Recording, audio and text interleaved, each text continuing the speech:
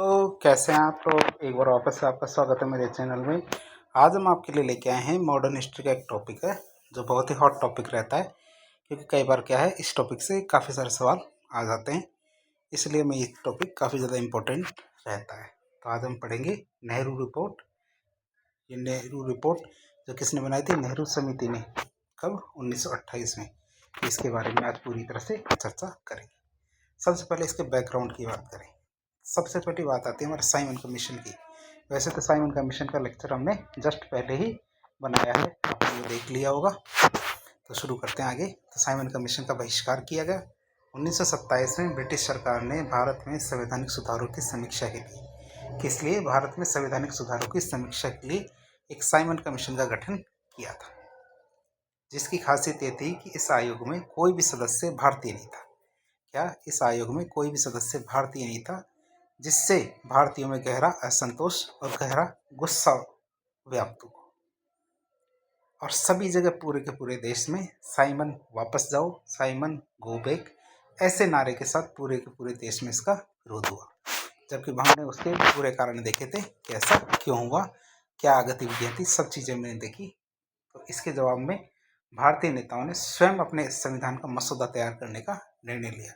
उन्होंने कहा कि हमें संवैधानिक सुधार करवाने की जरूरत नहीं है, हम हमारा संविधान बनाना जानते हैं, हम हमारा संविधान बना सकते हैं। फिर बात करें कांग्रेस का प्रयास, मतलब भारतीय के द्वारा स्वयं संविधान निर्माण की बात करें। तो जब भारतीयों ने कहा कि हम हमारा संविधान बनाना जानते हैं, हम हमारा संविधान खुद तैयार कर सकते हैं, तो भारत के सचिव थे उस समय लॉर्ड बिरकेनहेड। कौन थे? लॉर्ड बिरकेनहेड। तो उन्होंने भारतीयों को संविधान बनाने की चुनौती दी। उन्होंने कहा कि जब ऐसी ही बात है, तुम तुम्हारा संविधान बनाना जानते हो, तो क्यों ना तुम एक संविधान बना के दिखाओ। क्या? तुम्हें संविधान बनाने की पूरी आज़ादी है, लेकिन जिसमें उन्होंने एक शर्त रखी। क्या? उन्होंने एक शर्त रखी कि जो तुम संविधान बनाओगे, ये बनने वाला संविधान सभी दलों के द्वारा स्वीकार्य होना चाहिए। मतलब भारत के अंदर सभी दल उस संविधान को स्वीकार करने वाला होना चाहिए। तो फिर कांग्रेस ने कहा कि ठीक है, ऐसा हम संविधान बना देंगे जिसको सभी के सभी दल क्या स्वीकार करेंगे। तो इसके जवाब में 1928 में भारतीय राष्ट्रीय कांग्रेस ने एक नेहरू समिति का गठन किया, जिसकी अध्यक्षता किसने की? मोतीलाल नेहरू। तो मोतीलाल नेहरू की अध्यक्षता में इस समिति को भारत में के लिए एक नया संविधान तैयार करने का दायित्व दिया गया। इस रिपोर्ट को हम क्या बोलते हैं? नेहरू रिपोर्ट के नाम से जानते हैं, जो इन्होंने बना के दी। अब बात करते हैं नेहरू समिति का गठन और उसके उद्देश्य की। पहला समिति के गठन की बात करें तो 1928 में भारतीय राष्ट्रीय कांग्रेस ने नेहरू समिति का गठन किया। और नेहरू समिति में कितने? 10 सदस्य थे। तो नेहरू समिति में एक कोशिश की गई कि जितने भी दल हैं उन सभी दलों से सदस्यों को लेने की। अध्यक्ष इसके मोतीलाल नेहरू बनाए गए। मुस्लिम प्रतिनिधि के रूप में 2 व्यक्ति, एक तो शोएब कुरैशी और एक अली इमाम, इन दोनों को हमने मुस्लिम प्रतिनिधि के रूप में लिया। एमएस एने को हिंदू प्रतिनिधि, और दूसरे जैकर को, एमएस एने और एमआर जैकर, ये 2 थे जिनको हिंदू प्रतिनिधि के रूप में लिया। सिख प्रतिनिधि के रूप में सरदार मंगल सिंह को लिया।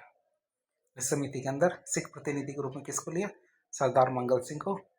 गैर ब्राह्मण प्रतिनिधि के रूप में जीआर प्रधान को। उदारवादी प्रतिनिधि के रूप में तेज बहादुर सप्रू को।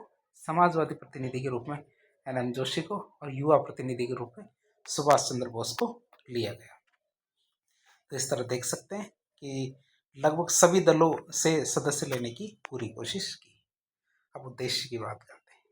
जो हमने नेहरू समिति बनाई थी, इसका उद्देश्य क्या था? इसका उद्देश्य ये था कि भारत के लिए एक स्वतंत्र संविधान का प्रारूप तैयार करना, कि भारत का एक संविधान बने जिसमें बहुत सारी चीज़ें होनी चाहिए। तो कैसा? एक स्वतंत्र संविधान का प्रारूप तैयार करना था। तो ब्रिटिश सरकार को ये दिखाना था कि भारत खुद अपना एक संविधान बना सकते हैं। भारत के लोगों के पास इतनी कैपेबिलिटी, ये योग्यता है कि उनको किसी के द्वारा बनाया हुआ संविधान देने की जरूरत नहीं है। भारत अपना संविधान खुद बना सकता है। भारतीयों को समान अधिकार और स्वशासन प्रदान करना। क्या? भारतीय इस संविधान बनने वाला जो संविधान था, उस संविधान के माध्यम से भारत को समान अधिकार देना था, साथ ही साथ स्वशासन का भी देना था। फिर सांप्रदायिक प्रतिनिधित्व और अल्पसंख्यकों की सुरक्षा सुनिश्चित करना। क्या? सांप्रदायिक प्रतिनिधित्व और अल्पसंख्यकों की सुरक्षा भी सुनिश्चित करनी थी। अब बात करेंगे हम नेहरू रिपोर्ट की सिफारिशों के बारे में, कि नेहरू रिपोर्ट में कौन कौन सी सिफारिशें की गई।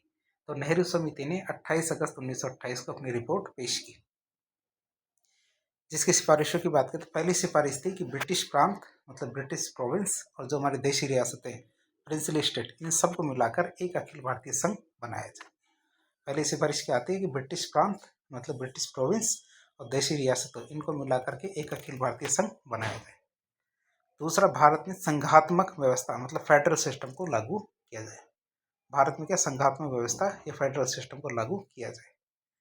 तीसरी, प्रांतों में द्वैत शासन को समाप्त करते के उन्हें क्या स्वायत्ता दी जाए। प्रांतों में द्वैत शासन को समाप्त करके उन्हें स्वायत्ता दी जानी चाहिए। चौथी चीज, अवशिष्ट शक्तियों किसको मिलनी चाहिए, केंद्र को दी जानी चाहिए। अवशिष्ट शक्तियां तो आप समझते होंगे कि जो नियमों में लिखी होती है उनको तो विशिष्ट शक्तियां होती है, और जो शक्तियां नियम मतलब संविधान और कानून की किताबें होती है उनके अंदर नहीं लिखी हुई, वो शक्तियां किसको मिलनी चाहिए। इस नेहरू रिपोर्ट के अनुसार वो शक्तियां किसको मिलनी चाहिए, केंद्र को। और इस मुद्दे पर मुस्लिम लीग और जो हमारी कांग्रेस, इसमें विरोध हो जाता है। क्यों?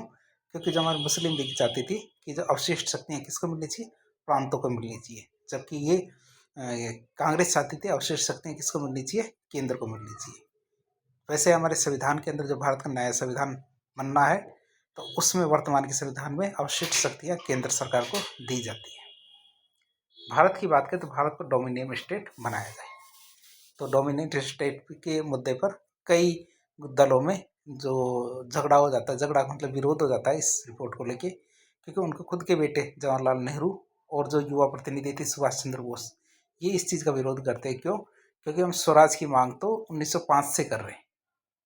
क्या? स्वराज की मांग तो 1905 से कर रहे हैं, जबकि हमारा जो संविधान तैयार किया गया है नेहरू रिपोर्ट के माध्यम से, उसमें हमें डोमिनियन स्टेट बनाने की बात कही, तो वो इस रिपोर्ट से नाराज हो गए। पृथक निर्वाचन को समाप्त किया जाए और इसके स्थान पर सामान्य आरक्षण लागू किया जाए।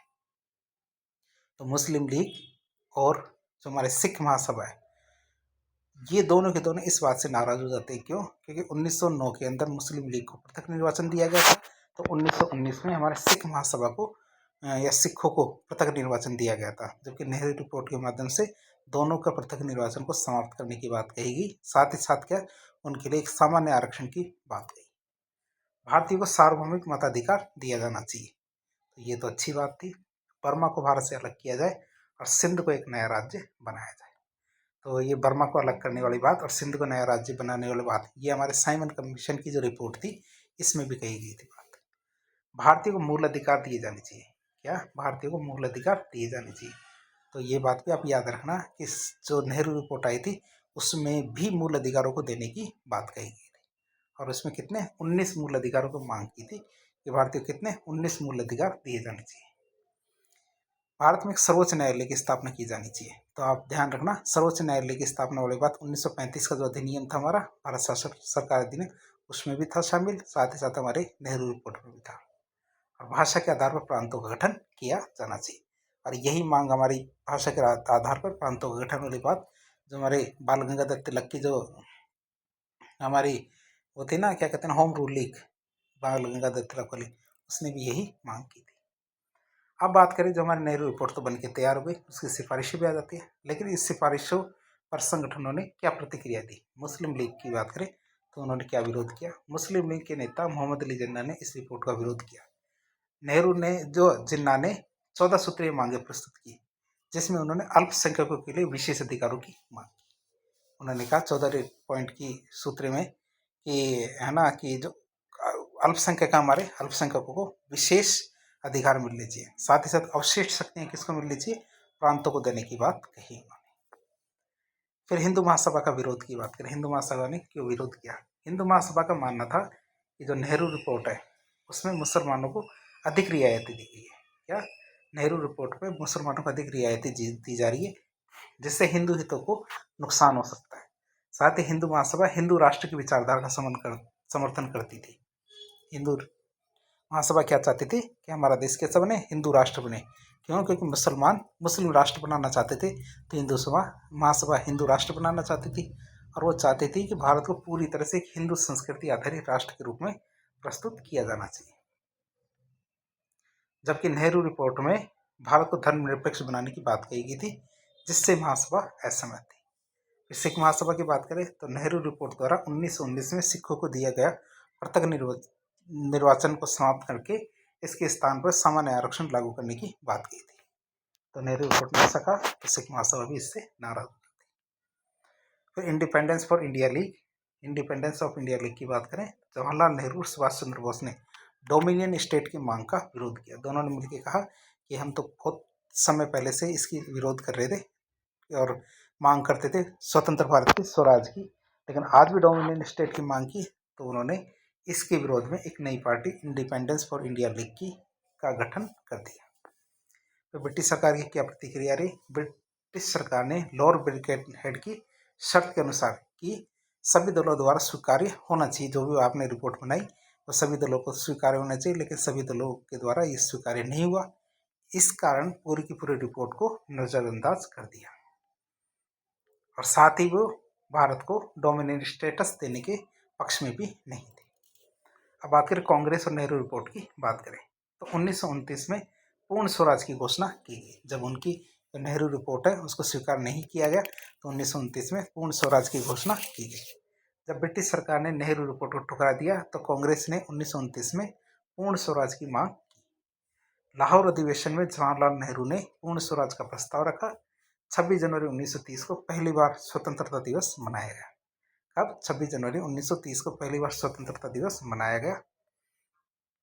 अब नेहरू रिपोर्ट का महत्व और प्रभाव की बात करें, क्या नेहरू रिपोर्ट का क्या प्रभाव था और महत्व की बात करें तो भारतीय संविधान का पहला प्रारूप नेहरू रिपोर्ट में ही तैयार हुआ था।